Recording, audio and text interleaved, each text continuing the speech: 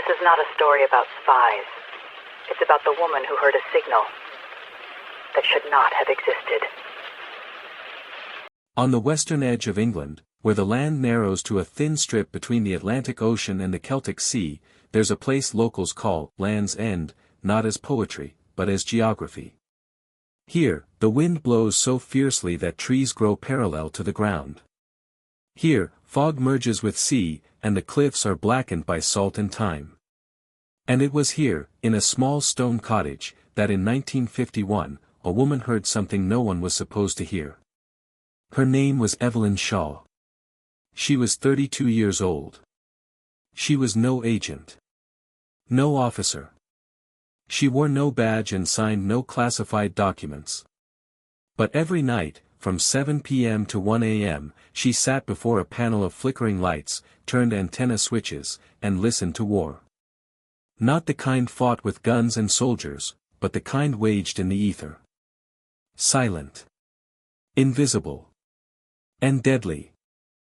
Evelyn worked at a station known only by its codename, GCHQY. To neighbors, it was a weather station. A sign on the door read, Royal Meteorological Observation Post. But inside, there were no barometers or thermometers. Instead, there stood Adcock radio direction finders, Hallicrafters receivers, and walls lined with sound-absorbing felt. It was one of dozens of outposts scattered along Britain's coast after World War II, the Empire's ear, tuned to the frequencies of the East. Her job was simple on paper: detect all radio signals coming from the sea and pinpoint their exact direction. This allowed GCHQ to track Soviet submarines, reconnaissance aircraft, and naval vessels. But in reality, it demanded more than technical skill, it required instinct. Because in the ether, beyond official broadcasts, hundreds of other voices cried out: fishermen, lighthouses, amateur radio operators, and sometimes, silence that screamed louder than any transmission. Evelyn had come here in 1948. After the war, women who'd served in radio and telegraph units were told, "Thank you, you're no longer needed." But Evelyn didn't want to return to London, to the sewing factory and a life where her talent for pattern recognition was called odd. She secured this post through her brother, Major Thomas Shaw of the Ministry of Defence. And ever since, her world had narrowed to three things: the ocean outside her window, the radio waves in her headphones, and a cup of tea at 10 p.m. She knew most signals were legitimate: Americans training, French ships calling home, Norwegian fishermen requesting aid.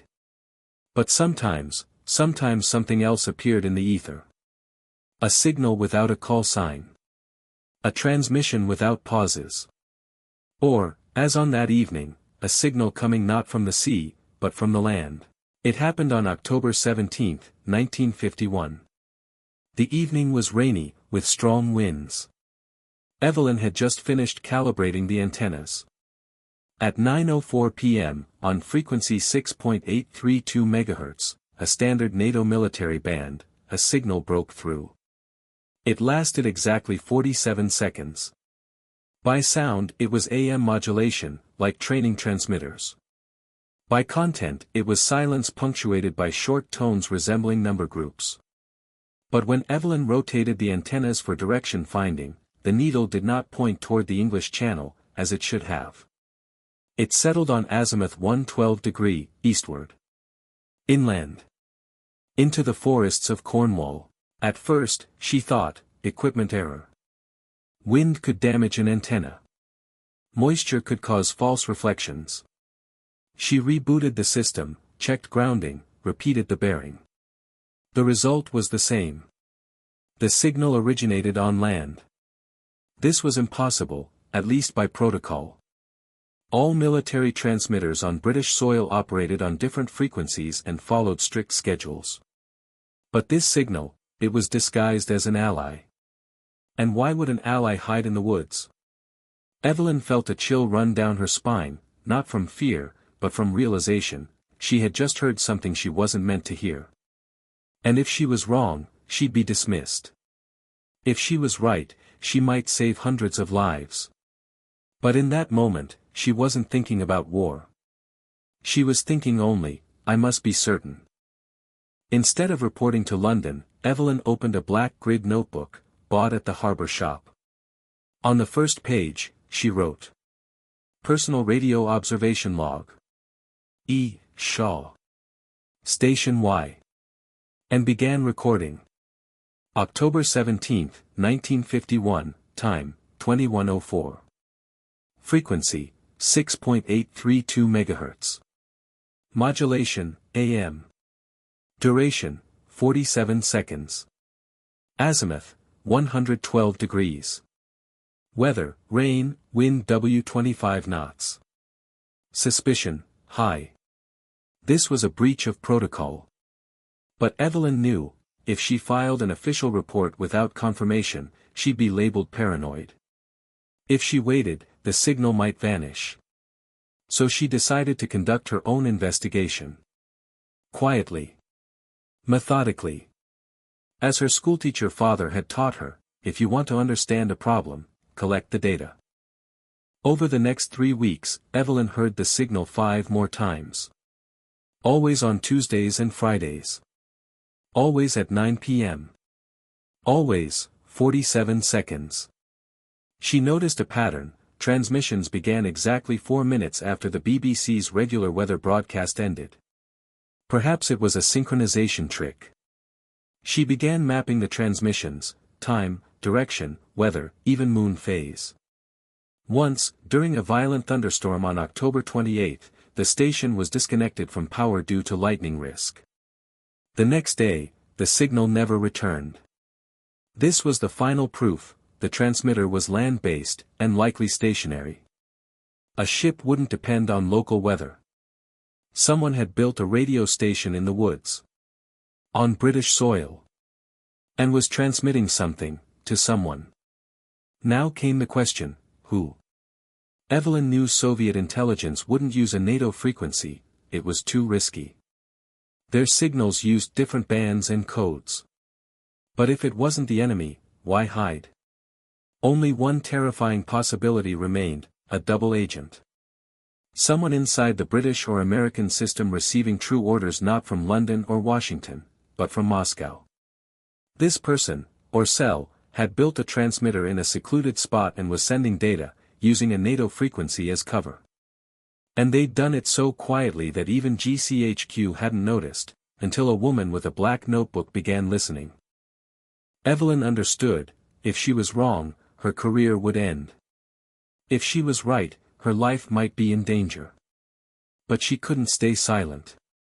On November 2, 1951, she wrote a letter to her brother. Not an official report. Not a coded message. Just a sister's note. Tom, remember our childhood game, Who's Spying on the Teapot? I've got something similar here. Only the teapot is the whole English Channel. And someone spying, from our side. Attached are copies of my logs. Don't reply. Just, check. She didn't sign it. Didn't include a return address. She simply sealed it, walked into the rain, and dropped it into the roadside mailbox. It was her bravest act, not because she took a risk, but because she chose to trust. 2 weeks later, a man in a tweed jacket and bow tie arrived at the station. He introduced himself as Mr. Harris from the Ministry of Communications. But Evelyn knew immediately, he wasn't. His eyes were too watchful. His hands, ringless. And he didn't ask about the weather. He asked. Have you ever heard a signal from Azimuth 112 degrees? Evelyn looked out the window, where a storm raged, and replied.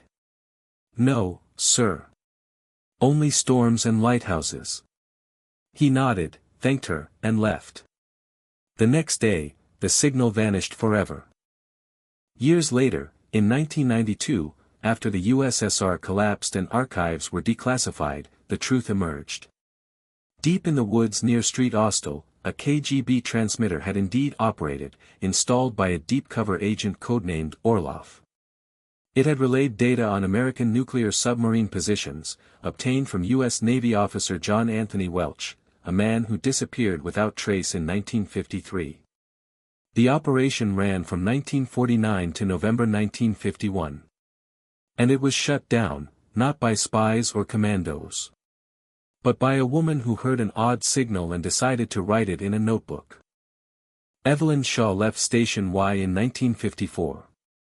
Officially, for health reasons. But neighbors said she married a fisherman named Jack Trellin and moved to Penzance. She never worked with radios again. Her black notebook disappeared. Perhaps her brother took it. Perhaps it was burned. But in 1987, a year before her death, a Guardian journalist found her and asked, "Did you ever think your work saved lives?" Evelyn sat by the window, gazing at the ocean, and replied, "I just listened. Sometimes, too carefully." And she said nothing more. Evelyn Shaw's story is not one of a spy. She was never recruited. Never paid. Never knew code names. It's the story of an ordinary person caught in extraordinary circumstances, who refused to look away. She carried no gun. Sent no coded messages. Made no parachute jumps. She simply did her job. And one evening, she did a little more. Enough to change the course of events. Enough to remain forever an invisible heroine of the Cold War. Today, if you visit Cornwall, you won't find station GCHQY. Where it stood is now a holiday cottage. Hydrangeas grow on the cliffs. The ocean still pounds the shore. But if you fall silent for a moment, and listen, you'll hear more than just the wind. You'll hear the faint, almost forgotten echo of a signal. From someone who knew that sometimes, the most important thing is simply to listen. She never asked to be a hero. She just listened, when no one else was paying attention.